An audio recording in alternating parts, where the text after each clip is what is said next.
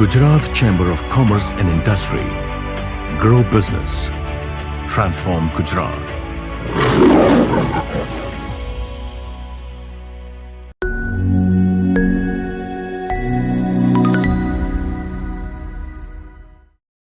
नमस्कार दोस्तों, आज आपका स्वागत है गुजरात उद्योग जगत की चर्चा season 2 by Gujarat chamber of commerce and industry. तो ये नए कार्यक्रम की शुरुआत है। वैसे ये कार्यक्रम 1 साल पुराना हो चुका है, लेकिन मैं नया इसलिए कह रहा हूँ कि आज बात होने वाली है खाने की। हमारे शास्त्रों में लिखा हुआ है कि जैसा अन्न वैसा मन, और जैसा मन वैसा तन, और बिजनेस करने के लिए एक स्वस्थ तन की आवश्यकता होती है। तो आज हमारे स्टूडियो में आए हैं और हमसे बातचीत करेंगे बहुत ही यकीनी, बहुत ही मशहूर और बहुत ही मैं कहूँगा कि खाने वाले को खाने बनाने वाले से जोड़ने का जो ब्रिज है, जो सेतु का निर्माण जिन्होंने किया है, हमारे स्टूडियो में मौजूद हैं mister Rohan and miss Isha of Foodaholics Ahmedabad. So Rohan और ईशा, आप दोनों का स्वागत है गुजरात उद्योग जगत की चर्चा season 2 by Gujarat chamber of commerce and industries. Welcome to the studio. Thank you so much for having us. Foodolics एक ऐसा शब्द, एक ऐसा नाम जो अहमदाबाद शहर में छाया हुआ है, ना सिर्फ अहमदाबाद, पूरे गुजरात में छाया हुआ है। बट मैं जानना चाहूँगा कि फूडोलिक्स से पहले आप लोगों की एक यात्रा क्या रही, जीवन की यात्रा क्या रही? क्या फूडोलिक्स से शुरू हुआ या उससे पहले आप कुछ कर रहे थे और सडनली फिर कुछ विचार आया? फूडोलिक्स से पहले मैं एक कॉर्पोरेट ट्रेनर हुआ करती थी। एक्चुअली मैं एक कॉर्पोरेट ट्रेनर हूँ, मैं कॉर्पोरेट बिहेवियरल ट्रेनर हूँ, जहाँ पे मैं कई सारी कंपनीज के साथ, नेशनल MNC सारी कंपनीज के साथ जुड़ी हुई हूँ। मैं काफ़ी सारी एजुकेशन इंस्टीट्यूट्स के साथ भी जुड़ी हुई, काफ़ी सारे कॉलेजेस में उनके स्टूडेंट्स को पढ़ाना, ये भी मेरा काम है। एंड फूडोलिक्स तो हुआ, उसके बाद फूडोलिक्स ने ज़्यादातर सारा मेरा अटेंशन ले लिया, बट मुझे अभी भी मेरा काम इतना प्यारा है कि मैं कभी कभी समय निकाल लेती हूँ वो काम करने के लिए। तो रोहन, आप क्या कर रहे थे वैसे फूडोलिक्स से पहले? फूडोलिक्स से पहले मैं बैंगलोर में लॉ पढ़ रहा था। Then I came to Ahmedabad, sort of pursued photography for a year. In the meantime, Isha's friend, who was going to start a cafe, reached out to her saying कि यार मैं कैफे शुरू कर रहा हूँ and I need good people to sort of work with. And Isha is like, wait, I know someone who's recently come back and why don't you reach out to him? And then we spoke. Long story short, I joined the team, and that is the official entry point into food, the universe of food, where I was handling the back of the house. Slowly and gradually, eventually it so happened that Isha को भी अंदर हमने खींच लिया कि तू भी आजा. So Isha was handling the front of the house, the admin side of things, the more customer facing side of things, because of course corporate behavioral trainer. So and I was looking at the back of the house. अब हम तो chef है नहीं, तो on the go learning हो रही है, understanding चल रही है किस तरह से how does a food place, how does a food unit operate as a restaurant. So that was a lot of learning on the go, and right at that point where we were learning about the universe of food is when Foodaholics happened. फूडोलिक्स के बारे में सोचता हूँ, पढ़ता हूँ या समझता हूँ, आपकी इस टर्मिनोलॉजी के पहले मुझे सिर्फ एक ही शब्द पता था, वर्कहोलिक। क्योंकि इंडियंस वैसे भी काफी वर्कहोलिक होते हैं। तो ये वर्कहोलिक से फूडोलिक्स, ये कैसे आ गया? आपका नामकरण कैसे हो गया फूडोलिक्स का? जब मैं वापस आया, so the one evident task that I truly loved was the task of food. So I would ask her कि अच्छा ईशा सुन यार, आज ये खाने का मन है, कहाँ जाएंगे?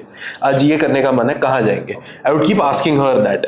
And एक चीज भूल रहा है कि वो उस वक्त बहुत कंप्लेन करता था कि मैं कहाँ से कहाँ आ गया, कहाँ मैं बैंगलोर रहा करता था और कहाँ मैं अहमदाबाद में आके फंस गया। फिर रोज रोज मिलते थे तो ऐसा होता था कि अभी खाने और पीने की जगह कम पड़ रही है।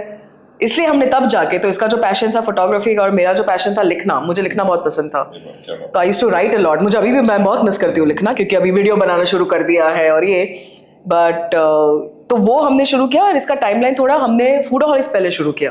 अच्छा। और फिर ये अपॉर्चुनिटी आई जहाँ पे मेरे दोस्त ने कैफे खोला, उससे बोला यार तुम लोग फूडोहॉलिक्स चला रहे हो तो क्लियरली आपको फूड में इंटरेस्ट है, करेक्ट, तो आ जाओ हमारे साथ जुड़ जाओ, यहाँ पे तुम्हें समझने भी मिलेगा, सीखने भी मिलेगा। एक 12 साल की बहुत बड़ी लंबी जर्नी हुई। जी बिल्कुल। कैसा लगता है मतलब जर्नी के पहले और जर्नी के बाद? It genuinely feels like day one. It feels like day one because this is something that we love doing. मजा आ रहा है हाँ कि और हर रोज कुछ नया पता चल रहा है, हर रोज कुछ नया सीखने को मिल रहा है. अगर सीखने को नहीं मिल रहा है तो हर रोज कुछ नया ऑब्जर्व कर रहे हैं. तो 2012 जब शायद से लोग अपने फूड की चॉइसेस को शेयर करना या हमें कहाँ जाना है अहमदाबाद में खाने के लिए, शायद से उतने फैमिलियर भी नहीं होंगे. उस समय इस कम्युनिटी की शुरुआत करना, ये आई थिंक ये बहुत बड़ा डिसीजन रहा होगा आप लोगों का. और क्या आपने सोचा था कि 2012 में जो हम कम्युनिटी शुरू कर रहे हैं वो आज एक 2024-2025 में इतना बड़ा रूप ले लेगी? उस वक्त नहीं सोचा था, बिल्कुल नहीं सोचा था. शुरुआत उस इंटेंशन से की नहीं थी हमने. शुरुआत तो हमने सिर्फ हम दोनों की सहूलियत के लिए की थी कि चलो शुरू करते हैं. हमें अभी पता नहीं चल रहा है कि और कहीं कौन सी नई जगह है जहाँ पे हम एक्सप्लोर कर सकते हैं. तो उसको चलते हमने ये कम्युनिटी शुरू की थी. फिर कहाँ बढ़ गया, 200 लोग के 3000 लोग हो गए, 3000 के 5000 लोग हो गए. चलते चलते हमने गिनीज वर्ल्ड रिकॉर्ड तोड़ दिया 4 साल में. तो वो भी नहीं पता चला ये कैसे हो गया. और ये कम्युनिटी बताती जा रही थी कि यार हम लोग इकट्ठा तो हो रहे हैं, 40 लोग इकट्ठा कर रहे हो, आप लोग 50 लोग इकट्ठा कर रहे हो, कि काम करते हैं ना, रिकॉर्ड तोड़ते हैं. हमारे कम्युनिटी मेंबर ने हमको बताया था. तो ये बोलते हैं ना, सब लोग लेके चले हमें आगे और हम उनकी बातें सुनते गए और हम उनके लिए वो चीज़ करते गए. उन्होंने बोला करो तो हमने किया और फिर आगे बढ़ते ही गए. सो आई थिंक ये जो अभी जो स्टेटस है जो ये कम्युनिटी का, जो फूडोहॉलिक्स अभी जो उसको प्यार मिल रहा है, उसको एक्नॉलेजमेंट मिल रही है, it has got to do with the citizens of Ahmedabad या गुजरात भी बोलो, क्योंकि हमारी कम्युनिटी बहुत वेल स्प्रेड है. हमारे बहुत सारे अहमदाबादी जो यूएस में जाके सेटल हो गए हैं, गुजराती जो यूएस में जाके सेटल हो गए हैं, वो मिस करते हैं यहाँ का खाना. उनको उनके पापा मम्मी यहाँ पे है, उनको पता लगाना है कि अगली बार जब वो यहाँ पे आएंगे तो कौन सी 10 जगह पे जाना है उनको खाना खाने. तो ईशा अभी कितने फॉलोअर्स हो गए टोटल? हम लोग लेके चलें total followers of the community 1,50,000 से ऊपर कुछ है अंदाजन. हाँ, बहुत अच्छा. Yes. उतना है. काफी संघर्ष रहा होगा जर्नी में. कई बार ऐसे मोमेंट आए कि यार हम लोग क्या पता नहीं था ना हमें क्या करना है. तो हम धीरे धीरे ऑब्जेक्टिव बढ़ाते गए. पहला ऑब्जेक्टिव था सिर्फ पता लगाना कि जगह कौन सी है. फिर ऑब्जेक्टिव बना कि भाई ऐसा नहीं होना चाहिए लोगों को कि कोई भी आके बात करे और क्रेडिबिलिटी बिल्ड करनी है. तो फिर हमने हमारे रूल बुक बनाए कि भाई बात करेंगे तो सही जगह के बारे में बात करेंगे. अगर खाने के बारे में बात करेंगे तो ऐसा कोई भी प्रोडक्ट प्रमोट नहीं करेंगे. प्रमोट यानी कि उसके बारे में लिखेंगे नहीं जो हम खुद ना खाए वैसा. तो हम कभी भी, तो अगर आपको जो ये कॉन्फिडेंस आ रहा है कि आप जाओ और फूडोहॉलिक्स जिसके बारे में बात करें ना वहाँ जाके खाना खाओ, तो इस बात का बहुत संघर्ष रहा है. पिछले 12 सालों में हमें ये बहुत मेहनत लगी है कि हम सिर्फ उन्हीं जगहों के बारे में बात करें जहाँ का खाना हमें पता हो, जहाँ के लोग हमें पता हो कि कौन से इंटेंशन से खाना परोसते हैं, कौन सी इंटेंशन से खाना बनाते हैं.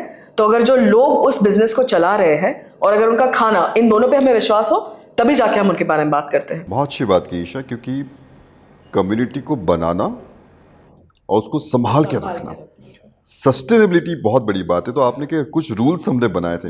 अगर मैं आपसे क्विक 2-3 बातें रोहन ईशा जानना चाहूँ कि वो कौन से बेसिक रूल्स थे जिसने एक कम्युनिटी को 12 साल सस्टेन भी किया और 4 लोगों से आज 1.5 लाख लोग आपके साथ जुड़े और आप पे विश्वास भी करते हैं. One thing that the first and the foremost rule and rule कहूँगा, guideline कहूँगा ये, क्योंकि there is no rule book to a community. There never is. So one thing that both of us had an agreement on, and a very strong agreement on, that if you're a part of a community, you need to be respectful. You need to respect the people of this community. If you are going to do that, then this is a place that you are more than welcome. We welcome you with open arms. But if you are going to be disrespectful, then probably this is not the right place. हमने कभी भी किसी के लिए कोई negative चीज नहीं बताई है. हम उनको पर्सनली बताते हैं. हमें बुरे एक्सपीरियंस नहीं हुए हैं ऐसा नहीं है. बिल्कुल रहे हैं. बिल्कुल लोगों को संभालना, और वो भी एक ऐसी इंडस्ट्री में जहाँ पे डेली बेसिस पे किसी न किसी व्यक्ति को शिकायत, और इस इंडस्ट्री में हर कोई एक्सपर्ट है. फूड तो सबको पता चलता है. ऐसा कोई कॉम्प्लिकेटेड सब्जेक्ट नहीं है. हर एक को अपना ओपिनियन देना है, दे भी सकता है. जिसका काम है उस चीज को सॉल्व करना, उसी को बताने की जरूरत है ना. आप ढिंडोरा पीट के बताओगे कि वो हमारी दाल मखनी में नमक कम था, तो जो उसके बारे में कुछ कर नहीं सकता वो उसके बारे में कुछ नहीं कर सकता. तो उसको जान के भी मतलब नहीं है, because we know that the intention of the restaurant और intention of this F&B place is not to serve dal makhani without salt. The intention is to serve the best dal makhani that they can. अब एक आध बार नमक कम पड़ गया है तो उसमें फिर हम उस चीज को लेके that we can't make that their reality. and which is the simple rule that we followed, that we need to have everyone come together to uplift this universe of food, at least in Ahmedabad to begin with. Very good. And that can only happen when you focus on the right things. अगर किसी भी restaurant को हमको feedback देना है तो हम वहाँ पे बैठे बैठे उन्हें फीडबैक दे देते थे.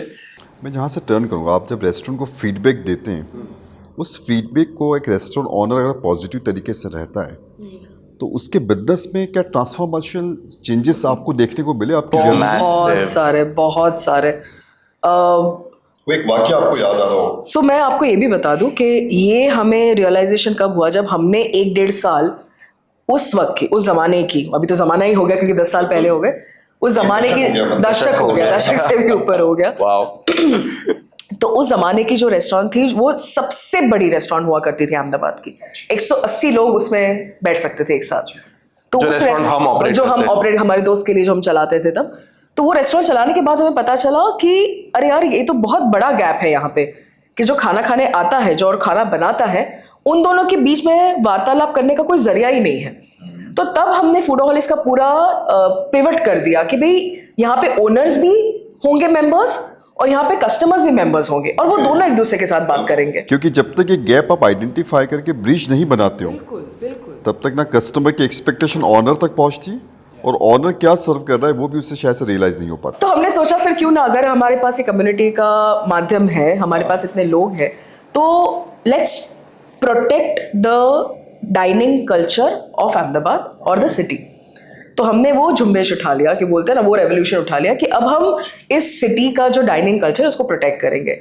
हम ये चाहते थे कि अच्छा खाना ही मिले, अगर लोग गलतियां कर रहे हैं तो उनको बताया जाए कि आप अनफेयर हो जो आपके गेस्ट हैं उनकी तरफ. अगर गेस्ट बुरा बर्ताव करता है तो हम बोले कि अरे बेटर तरीका हो सकता है किसी ओनर को बताने का कि उनकी गलतियां हो रही है. तो हम ये करना शुरू कर दे. कम्युनिटी में भी जो लोग थे उनको भी हमने प्रोटेक्ट करना शुरू किया. और ऐसे चलते क्या हुआ कि एक बार एक रेस्टोरेंट को बहुत स्केदिंग या बुरा रिव्यू मिला. किसी ने लिखा था, मेंबर है, कम्युनिटी डेमोक्रेटिक है, सब कोई अपनी बात कह सकता है. तो अब उन्होंने बात करी, वो रेस्टोरेंट ओनर ने वो इतना सीरियसली ले लिया कि उससे वो सारे 4 चीजें जो उसने लिस्ट बताई थी, उसी चारों की चीजें बदली. उससे वो बंदे को इनवाइट किया, उसने बताया, वो बंदा आया, उसने बोला कि मैं गया, वो सारी चीजें चेंज हो चुकी है, उन्होंने करेक्टिव मेजर्स लिए हैं, उन्होंने मुझे सर्टिफिकेट दिखा दिए हैं, and then immediately his business changed overnight. So in terms of the footfall or turnover wise? Footfall wise, of Footfall course, wise. that helps the turnover also. So the more people you sort of host, the more turnover you are going to see. तो कहीं ना कहीं जहाँ पर learning निकल के आती है कि हम कस्टमर सेंट्रिक अप्रोच जितनी अच्छी रहेगी, कस्टमर के साथ, हाँ बिल्कुल, और कस्टमर के रिव्यूज को हम लोग कई बार पर्सनल ईगो पे ले लेते हैं. As a business entrepreneur, food entrepreneur, हम कोई भी ऑर्गेनाइजेशन चला रहे हैं, वो हमें बहुत पॉजिटिव साइड में लेके कस्टमर के प्रति अगर हम लोग समर्पित हैं, संवेदनशील है, तो हमारी सफलता तय है. अग्रीड. ऑल्सो ये जो पर्टिकुलर फील्ड है, हॉस्पिटैलिटी इंडस्ट्री जिसे भी कहते हैं, hospitality industry is an outlier. किस हिसाब से कि अगर मेरे पास कोई प्रोडक्ट है, ठीक है, और उस प्रोडक्ट को लेके कोई मेरे पास आके फीडबैक शेयर करता है कि ये प्रोडक्ट बेटर हो सकता है, ये प्रोडक्ट में ये खामी है, वो चीज अगर मैं मेरे ईगो पे लेके उस प्रोडक्ट को रिफाइन करता हूं तो प्रोडक्ट बेटर होता है. And then it does not matter what my mentality is, because as long as the product is being strengthened, it does not matter how my approach towards it is. But that is product. Hospitality is service based. यहाँ पे तुम्हारा thinking, तुम्हारा approach ही reflect होने वाला है. वो एक product नहीं है, वो एक सर्विस दे रहे हो तुम. वो service is a very behavioural thing and it penetrates top down. So exactly what you think is how your hospitality venture is going to operate. तो अगर आपकी सोच ऐसी है कि लोग तो आके बोलेंगे जो बोलना है, मैं तो मेरा काम करता रहूंगा, इट्स अ थिंकिंग, मतलब आप अपनी जगह पे सही हो, लेकिन is that something which is operable in the longer run? Definitely not. Why? Because it is the hospitality industry. You need to be hospitable. You need to have an approach of yes, बताइए और क्या. तो रोहन, मुझे यहाँ से एक बात याद आ रही.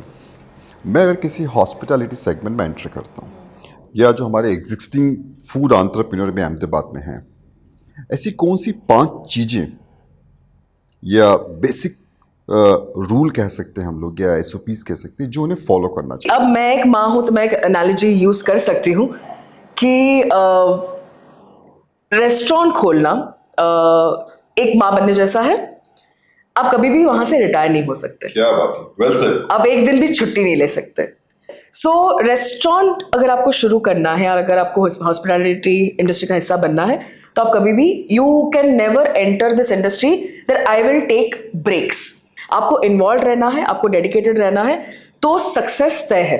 बट अगर आप इस हिस्से से, आप इस उम्मीद से खोल रहे हो कि मैं खोल दूंगा फिर मैं किसी और को दे दूंगा चलाने के लिए, तो फिर वो इंटेंशन का मिसमैच हो जाएगा। तो वो ये माइंडसेट होते जा रहा है कि एज ए इन्वेस्टर मैंने आया, मैंने 50 लाख रुपए दे दिए और मेरा स्टाफ ऑपरेट करे। आई थिंक शुरुआत वहां से उस माइंडसेट से नहीं चलेगी। It is an investment where you need to be invested, not monetarily. Yes You need to personally be invested. So if you're thinking of this as an investment direction, probably taking a franchise or something would make more sense. Or mutual funds. subject to market risk. ये जो हमारे दर्शक है इसको note करिएगा कि आपका mindset क्या है किसी इंडस्ट्री को चलाने का। बिल्कुल। So that is one thing, like she said. Another thing that someone who wants to enter the hospitality segment, the F&B segment, is here, and this is the one thing which is of like the topmost, क्योंकि आपकी services जिस product को आपके guest या customer तक पहुंचा रही है, वो जो प्रोडक्ट है, जो फूड कहते हैं, लाइक फॉर एग्जांपल अगर रेस्टोरेंट है तो रेस्टोरेंट में जो मेनू आइटम्स है, या आप कोई मैन्युफैक्चरिंग फील्ड में है और आपका सपोज कुकी का बिजनेस है और आप कुकीज मैन्युफैक्चर कर रहे हैं, तो आपका ये फूड जो प्रोडक्ट है, that should increase the life of your customer, period. You should not be using anything to make that food that is going to be detrimental to your user or your customer or your guest. The minute you do that, sooner or later they will identify it. Like for example, अभी कई सारी ऐसी जगहें हैं, कई सारे ऐसे street food vendors हैं, कई सारे ऐसे रेस्टोरेंट्स हैं जो who are using ingredients that are harmful to health, right? And I mean, fortunately the customer is also waking up to it and they ask the right questions. क्या इसमें वो है, क्या इसमें डालडा है, क्या इसमें पाम ऑयल है, क्या इसमें, right? So people are becoming that conscious. The one thing that you need to know as that business owner is that your customer or your user is extremely conscious. Respect that and add to that. Don't take it away. So add to your product in a very positive manner to increase the life of your customer. They'll stick around. मैं शुरुआत करता हूँ smallest street food vendors की, क्योंकि हम गुजरात उद्योग जगत की चर्चा कर रहे हैं और गुजरात में एंटरप्रेन्योरशिप का रिस्पेक्ट बहुत ज़्यादा है। हम लोगों का ये माइंडसेट है कि अगर कम से कम कैपिटल में भी मैं अगर अच्छा बिजनेस शुरू कर सकता हूँ तो मैं करूँगा instead of doing a job. वहाँ पे जब आप बोलते कि क्वालिटी भी मेंटेन करना है, कैपिटल भी मिनिमम है, और चूंकि मेरी लोकेशन शायद से बहुत ज़्यादा प्राइम नहीं है तो मुझे प्राइस को भी कंट्रोल करना है। Correct. उनके लिए क्या मैसेज हो और वो कैसे ऑर्गेनाइज हो सकते हैं, क्योंकि हमारे दर्शक दीर्घा में कई लोग ऐसे होंगे जो इंटरव्यू देख रहे हो, समझना चाहते हैं कि मिनिमम इन्वेस्टमेंट में क्वालिटी, प्रोडक्ट, प्राइस और फुटफॉल चारों को मैं मेंटेन कर लूँ। What is your take on that?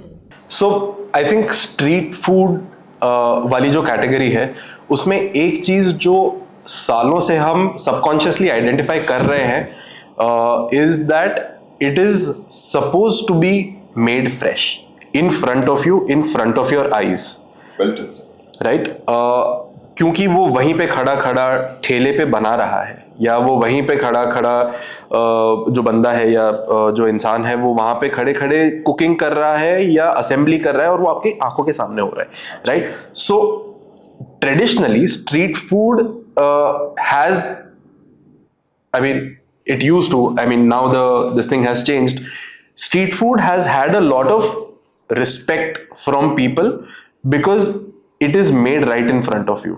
वो 10 मिनट लगाएगा, 15 मिनट लगाएगा, आपके सामने बनाएगा, या फिर फटाफट बनाएगा, असेंबली करेगा, वो घर से टमाटर प्याज काट के लाएगा, सैंडविच बनानी है उसको, ब्रेड लेगा, लगाएगा और आपको दे देगा। तो चूंकि मेरी आंखों के सामने सारा कुछ होता है, मेरा ट्रस्ट फैक्टर बहुत ज्यादा है। So that needs to be built on उस चीज पे अगर आप बिल्ड करते हो कि मैं कोई भी चीज बहुत आसानी से, street food is suppose to be simple, it's suppose to be a no brainer, it's also suppose to be very quick.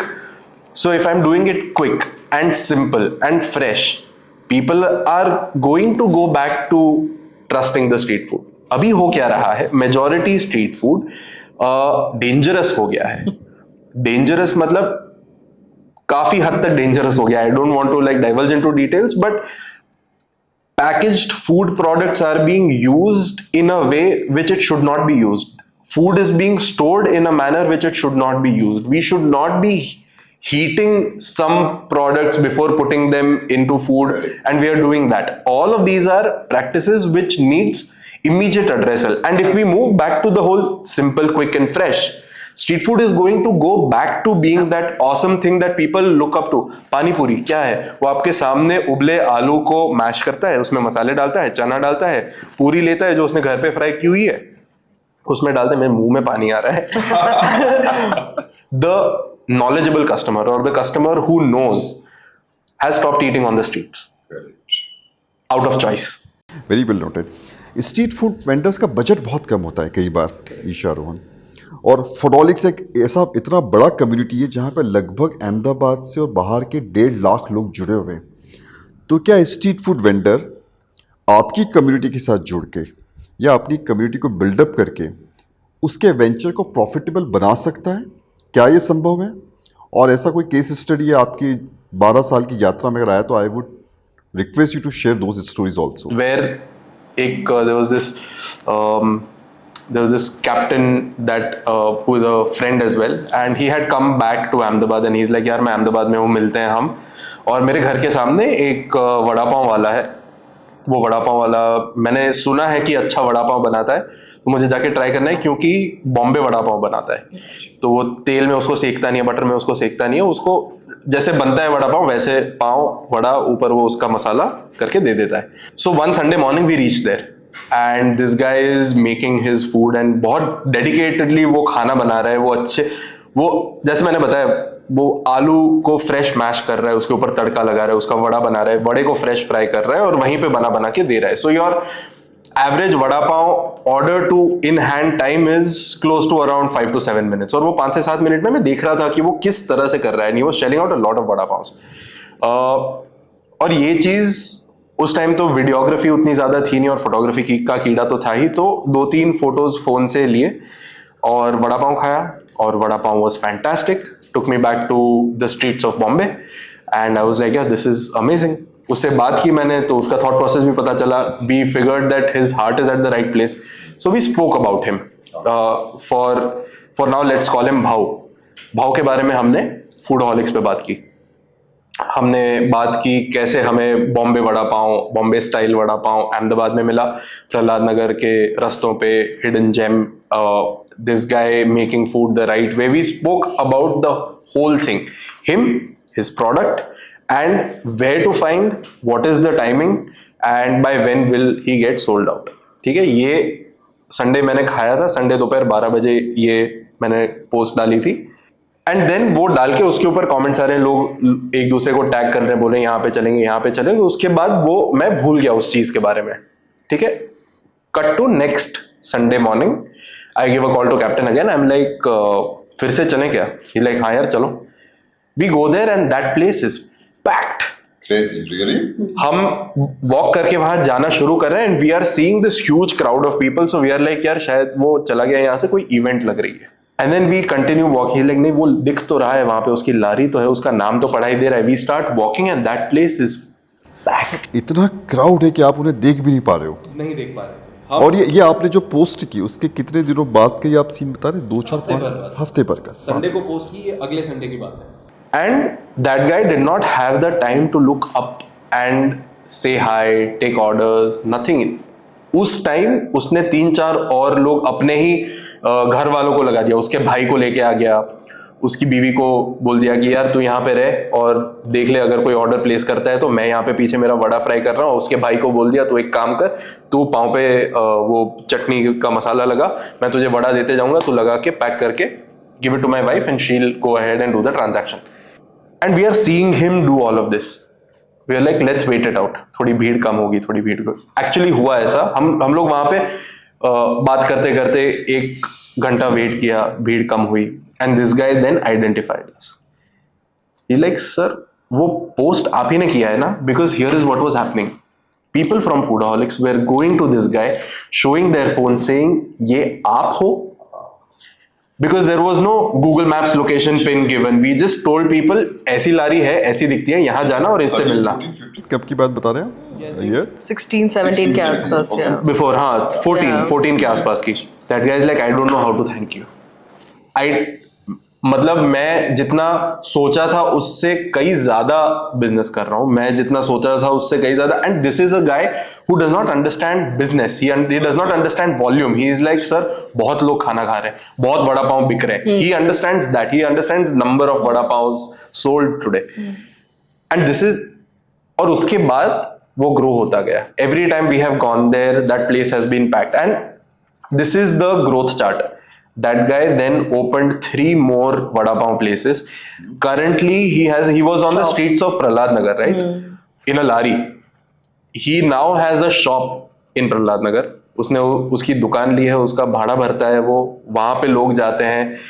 Still cult following है उसका, लोग उसके वड़ा पाव में कोई डिफरेंस नहीं है। People are still as protective about that vada pav as they were back then, कि मुझे ये वड़ा पाव खाना है, ये मेरा वड़ा पाव है, ये बॉम्बे की याद दिलाता है।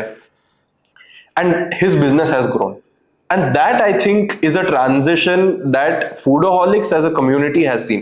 That is one of the many transitions that the community has seen, where places have gone, for the lack of a better term now, places have gone viral just on one post. Community develop नहीं किया आपने, लोगों के जीवन को बदल के रख दिया। क्योंकि मैं रियलाइज कर पा रहा हूँ इस स्टोरी से कि एक बंदा जो इस स्ट्रीट पे एक अपना वड़ा पाव लेके बैठा है, उसे बिल्कुल नहीं पता है कि डिजिटल मीडिया क्या हुआ, कम्युनिटी क्या होती है, प्रॉफिट क्या होता है, ट्रांसैक्शन क्या होते हैं।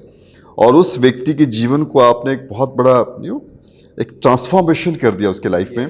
तो आई थिंक सारे फूड लवर्स की ओर से thanks to you and Isha कि आप सिर्फ एक कम्युनिटी बिल्डिंग नहीं कर रहे हैं, आप दूसरों के जीवन में भी एक बहुत बड़ा बदलाव ला रहे हैं। तो आई वांट टू अंडरस्टैंड कि आपकी जर्नी एक कम्युनिटी या एक फोरम से शुरुआत होके ये एंटरप्राइजिंग मॉडल पे आप कैसे जा रहे हो?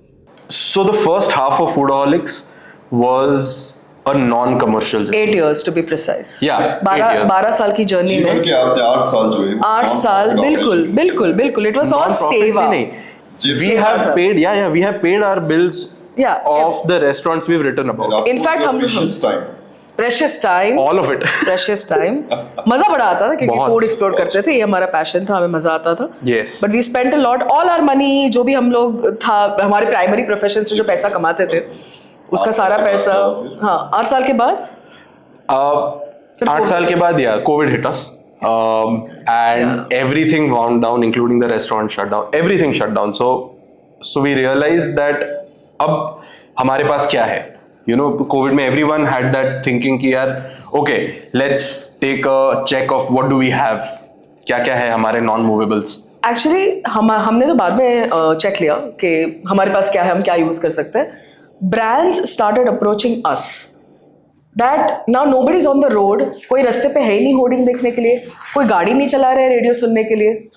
तो हमारा माध्यम क्या है, हम लोगों तक कैसे पहुंचे? आपके पास 1.5 लाख लोग हैं, तो क्या आप हमारे प्रोडक्ट के बारे में आपकी कम्युनिटी के साथ बात कर सकते हैं? क्या आप हमारी रेस्टोरेंट के बारे में, खाना घर पे मंगाओ, ये आप बता सकते हैं उनको? और ये हम एक एडवर्टीजमेंट प्लेटफॉर्म बन गए.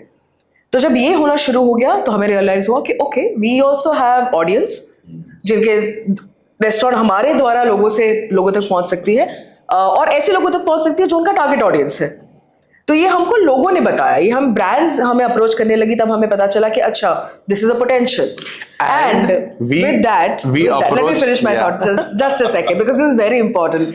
With that came an added responsibility, क्योंकि पैसा तो सब देने को तैयार है, बट क्या हम हर उस लोगों के बारे में बात करेंगे जो पैसा दे रहा है? बट बिफोर दैट, या आप नॉन बायस रह के अपनी कम्युनिटी को भी चलाना है। रिस्पॉन्सिबिलिटी बढ़ गई। हाँ, but before even that call was taken, when we decided that okay, we want to even remotely explore the possibility of having some sort of advertisement on the forum, we asked the people. या we took permission. Yes, that restaurants are approaching us. They would like to reach out to you via our medium. Are you okay with this? Yeah. People said yes. That is when we were like, ठीक है।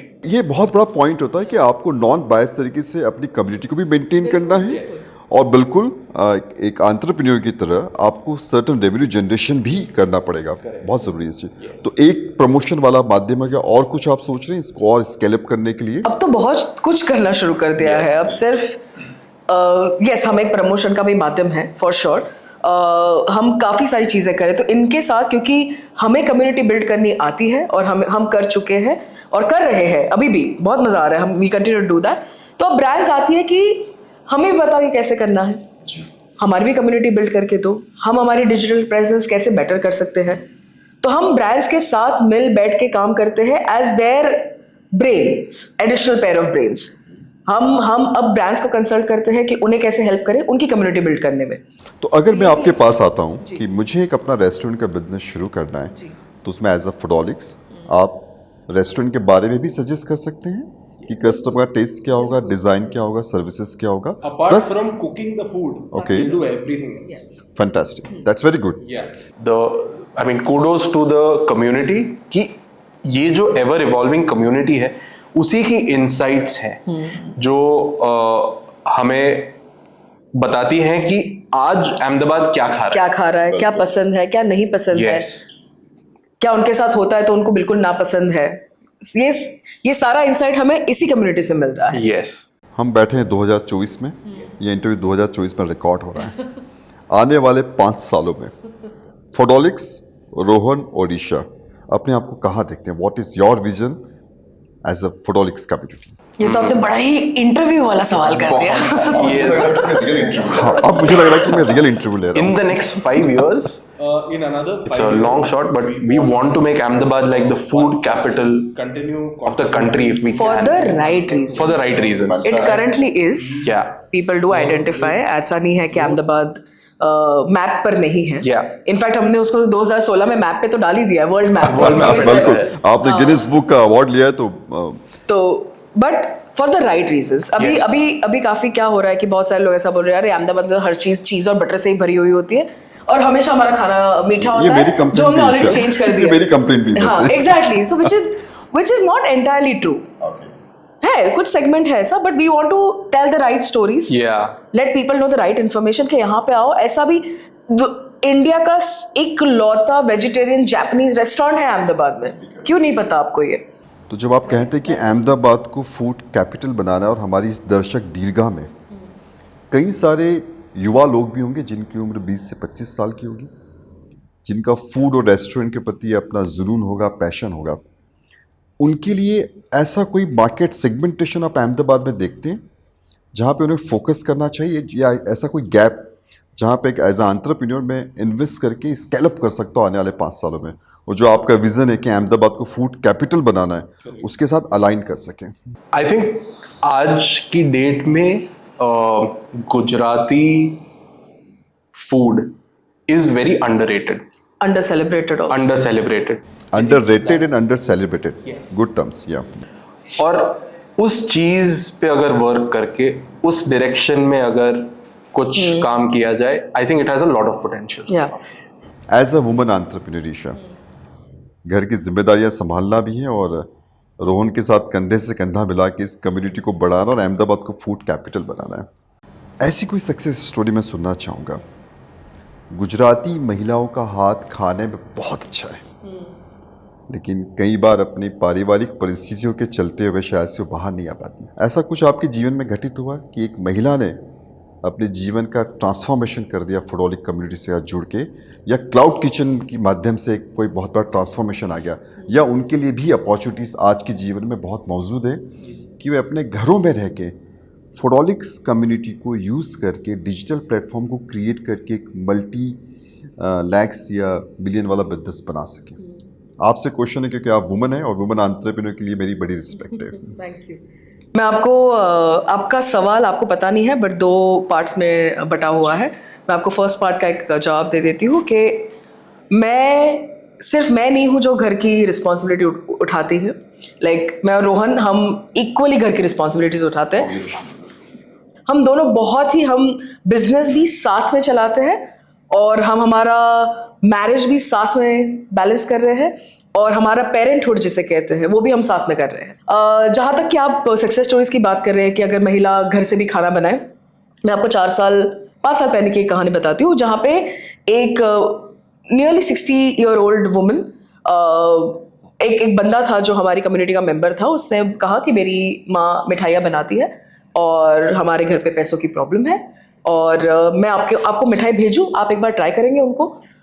उस बंदे ने हमें उनकी माँ की बनाई हुई मिठाई भेजी और क्या लाजवाब मिठाई थी, लाजवाब। हम आज भी याद करते हैं, आज भी वो मिठाई याद करते हैं। छोटी छोटी बालूशाही बनाती थी और मुझे 2-3 तो नाम भी याद नहीं है। बहुत ही सुंदर मिठाइयाँ।